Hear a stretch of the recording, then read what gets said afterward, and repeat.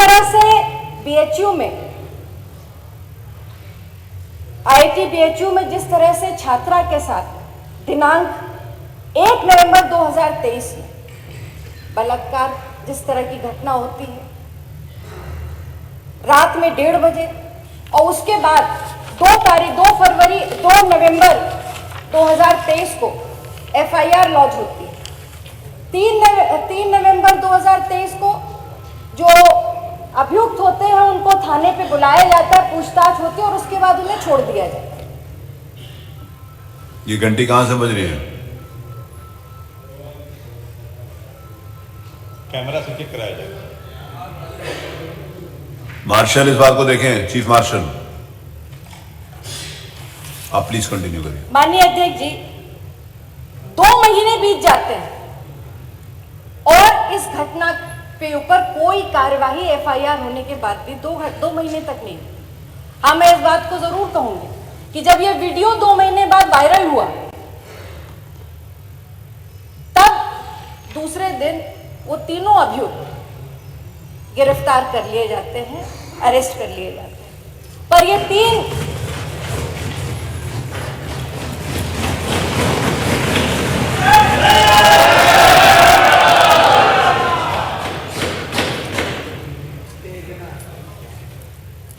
आभार है मुख्यमंत्री जी का कि आज दोनों सदन के नेता आज हम लोग की बात को सुन रहे हैं। मुख्यमंत्री जी ने पूछा कि तबीयत ठीक है, स्वास्थ्य ठीक है, स्वास्थ्य के बारे में पूछा। आपका आपने पूछा, मुख्यमंत्री ने आपका स्वास्थ्य। मेरी चिंता हमको हमेशा रहती है। माननीय अध्यक्ष जी, जिस तरह से उस घटना में इस बात से नहीं इनकार किया जा सकता कि जब वो घटना ओपन हुई जांच के बाद 2 महीने बाद, तब वो लोग अरेस्ट होते हैं। और वो कौन थे? आईटी सेल में वो केवल कार्यकर्ता नहीं, पदाधिकारी थे और वो बेखौफ होकर के मध्य प्रदेश में चुनाव प्रचार कर रहे थे। ये भारतीय जनता पार्टी की बात कर रही थी। और उसके बाद जब हमारे प्रदेश अध्यक्ष इस बात को उठाते हैं तो उन पर अजय राय जी पर मुकदमा भी कायम हो जाता है। मैं कहने का मेरा आशय ये कि अगर हम ये कार्रवाई हुई, पर जो 2 महीने का समय सरकार के संज्ञान में आने के बाद, एफआईआर होने के बाद कोई कार्रवाई नहीं हुई, तो अंग्रेजी में एक कहावत है, justice delayed is justice denied. माननीय मुख्यमंत्री जी आज यहाँ मौजूद है, मैं उनको बधाई देना चाहती हूँ। सुमंगला, मुख्यमंत्री सुमंगला योजना जो है,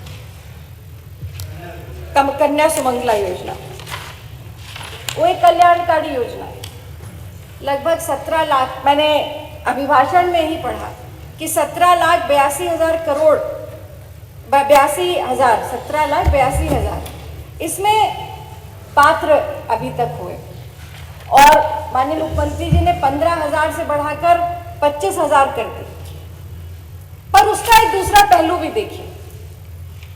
पिछले वर्ष गाजियाबाद में इस योजना के अंतर्गत जो सामूहिक विवाह हुए, उसमें 70% ऐसे लोग उसमें विवाहित हुए जो कि सही नहीं थे, जो लाभान्वित थे वो सही नहीं थे। और उसमें वहाँ के तत्कालीन जिलाधिकारी ने जांच भी की, अपनी रिपोर्ट भी शासन को भेजी।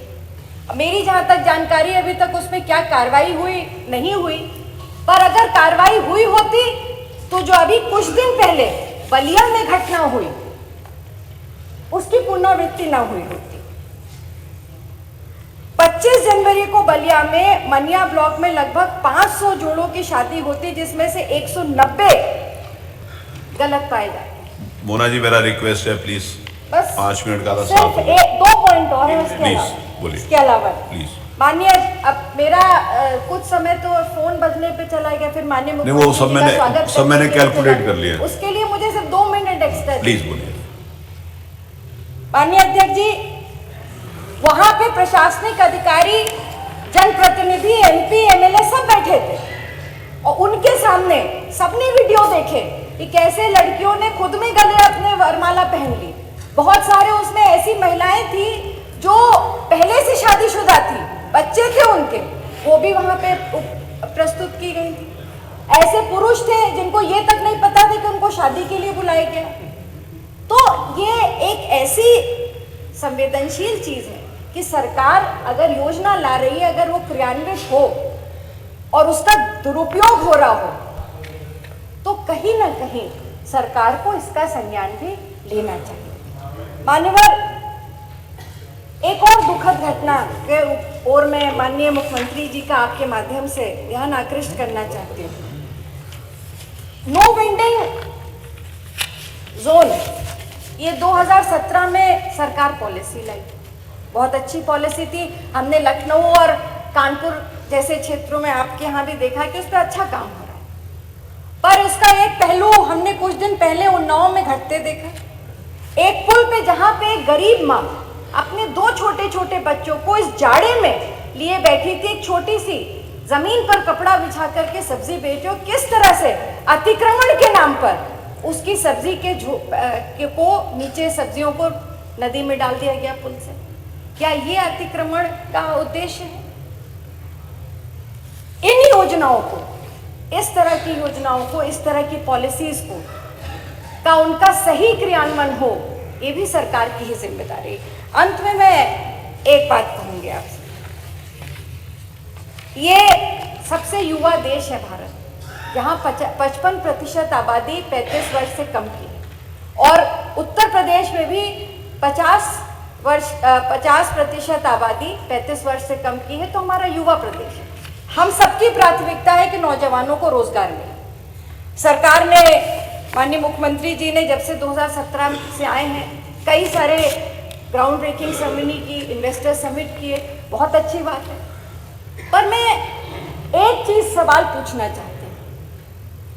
आज की तारीख में इंडस्ट्रियलाइजेशन का अगर सबसे बड़ा उदाहरण कोई है तो वो नोएडा है। नोएडा की स्थापना कब हुई थी? 1976 में हुई थी। तत्कालीन उस वक्त कांग्रेस के मुख्यमंत्री नरेंद्र तिवारी जी। मैं मानती हूं कि उससे अच्छा मॉडल, एक दूरदर्शी, एक विजन के साथ जो नोएडा को बनाया गया था, 55 साल बाद भी हम दूसरा उस मॉडल को, उत्तर प्रदेश के किसी प्रदेश को नोएडा नहीं बना।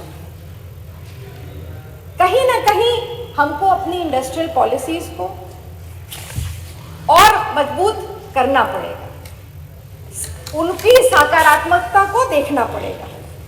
अंत में माननीय मुख्यमंत्री जी से एक ही बात कहूँगी। माननीय मुख्यमंत्री जी, आप बहुत संवेदनशील हैं, सहृदय हैं। यहाँ जो 403 विधायक बैठे हैं, ये सबसे पहले उत्तर प्रदेश के नागरिक हैं, उसके बाद हम सब जनप्रतिनिधि हैं। आप मुस्कुरा रहे हैं अध्यक्ष जी, अपनी बात कह लेते हैं। नहीं, वो सब लोग समझ गए, मैं अकेला नहीं मुस्कुरा रहा। माननीय अध्यक्ष जी, आपके माध्यम से नहीं, उनको मैं बोल रही हूँ। माननीय अध्यक्ष जी, महंगाई का दर प्रदेश में 5.5 के आसपास। हम नहीं इनकार कर सकते कि प्रदेश में महंगाई नहीं। तो क्या महंगाई सामान्य जनता के लिए ही है, विधायकों के लिए नहीं है?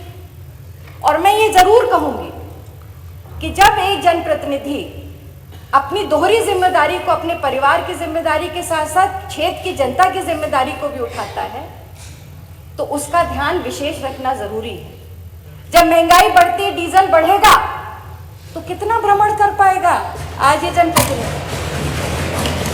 मैं आपके माध्यम से माननीय मुख्यमंत्री जी से, और साथ में हमारे वित्त मंत्री जी भी बैठे, मैं अनुरोध करूंगी कि एक कमेटी बननी चाहिए, और उस कमेटी में मेरे ख्याल से वो 2017 माननीय मुख्यमंत्री जी ने उसके लिए निर्देशित भी किया था, बनी भी थी, पर शायद क्रियाशील नहीं है।